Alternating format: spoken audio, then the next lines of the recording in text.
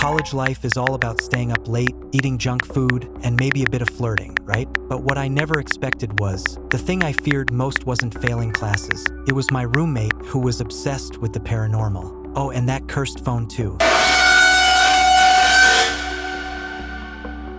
Hey man, have you heard the horror story about the East Teaching building at our school? Ugh, not again. You told me this before. This time it's different. They say on the 4th floor of that building, if you look in the mirror at midnight. Dude, can you just stop? I'm not in the mood for ghost stories. But this one's real. I heard the girl who experienced it dropped out of school. They said she got possessed or something. All right. Sounds like you're the one who should be taking a break. All the supernatural junk you keep reading is nonsense. You never take me seriously. You don't respect my interests at all. Yeah? Your interest is creeping everyone out at midnight. My roommate, Henry, is a full-blown paranormal enthusiast. Every night, it's like he gets possessed or something. Without warning, he'll come sit next to my bed, eyes glowing like he's summoning ghosts, and start telling his midnight horror stories. To be honest, I've never been into ghosts or anything supernatural.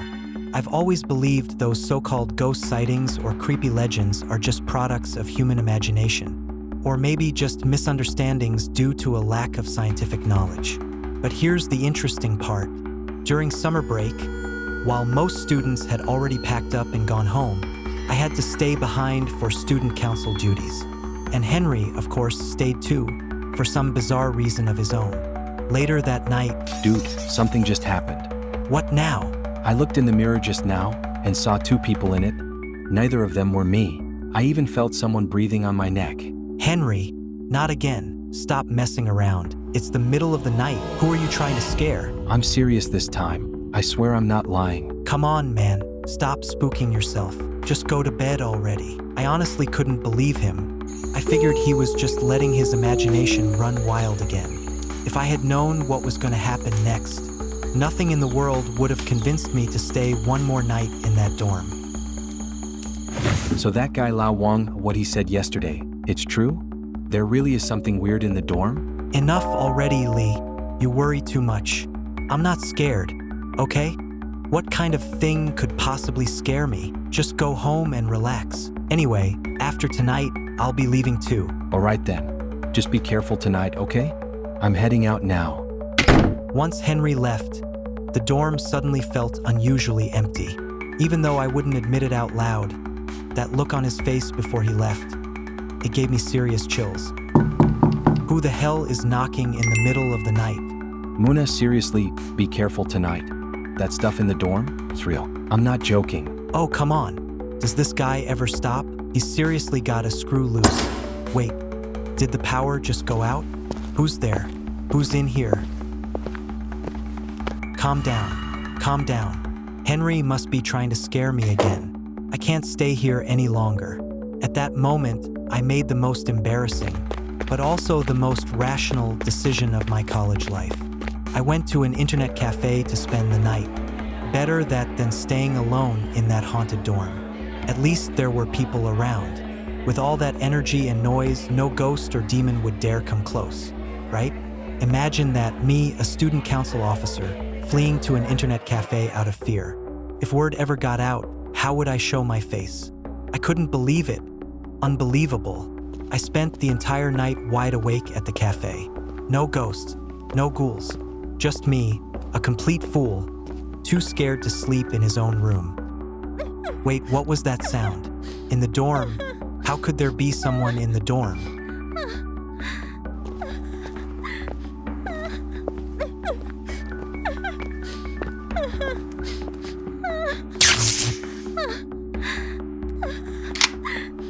Henry, you bastard. You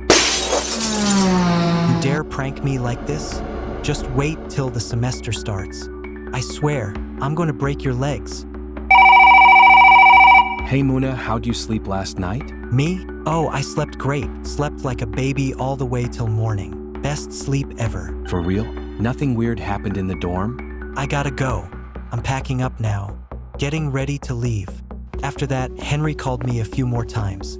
I kept my cool, acting like nothing happened. No way I'd admit that I spent the night in an internet cafe, scared out of my mind over a ghost that probably didn't even exist. But there is one thing I know for sure. When the new semester starts, I will be settling this with Henry. He's got it coming. Although, now that I think about it, if there was really a ghost, maybe going to the cafe that night actually saved me from something worse. Some jokes, you laugh at them at first, until one day, you can't laugh anymore. Some stories, you listen to them casually, until they become part of your own life. I never imagined that a careless remark I made 3 years ago would be like a poisoned needle, dragging me into endless darkness. Since then, I've known no peace, day or night. Every university has a few creepy, haunted legends. Our medical school's lab building was no exception. Back then, I was still the type who loved stirring things up and joining in on the fun. That night, a cold wind howled through the lab building. It felt like the perfect setting for some spooky talk. Looking back now, I have no idea what was going through my head. Annan, could you please stop shaking your leg? My pathology notes are practically doing the samba. If I don't get this stuff down soon, I'm gonna flunk for real. Come on, Senior Ling, relax. I mean, look at this night. The dark sky, the chilly wind, it's perfect for ghost stories.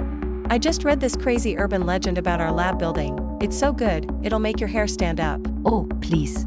I'm a medical student, a loyal successor to scientific materialism. They're just the result of the brain being overly fatigued.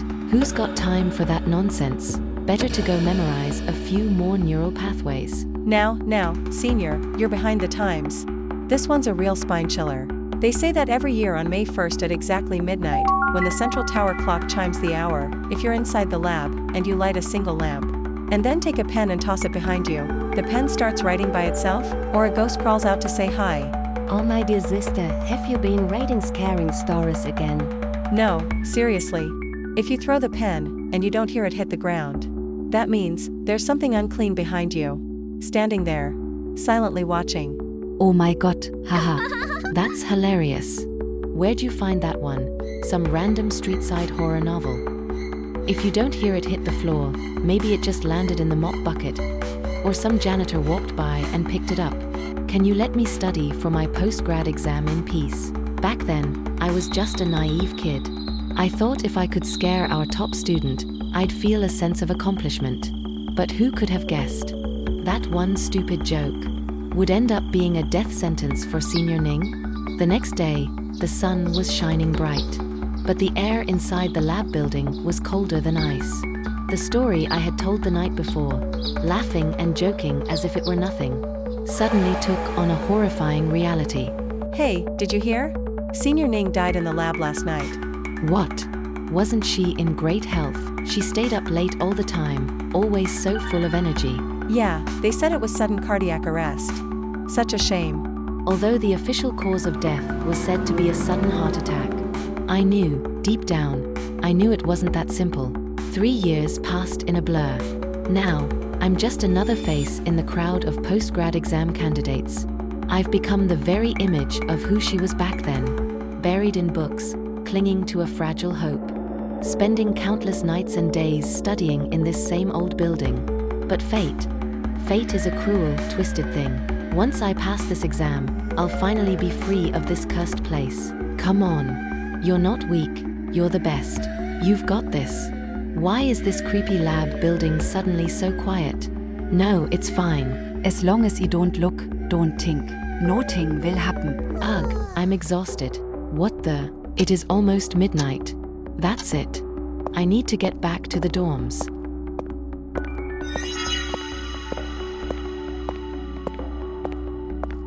I don't know why I did it, but instead of heading back, I found myself walking toward the lab where Senior Ning had died. The room looked like it had been left untouched for years. A thin layer of dust coated the surfaces. The air still seemed to hold a lingering trace of that same cold despair from 3 years ago. I didn't know why I was doing this. Maybe I was looking for redemption, or maybe deep down, I just wanted proof. To confirm, if ghosts really exist, I threw the pen back. Nothing. No sound. How? How is that possible? Still noting. Am I hallucinating? Yeah, that must be it. I've been awake since. I am just thinking too much. I have to leave here.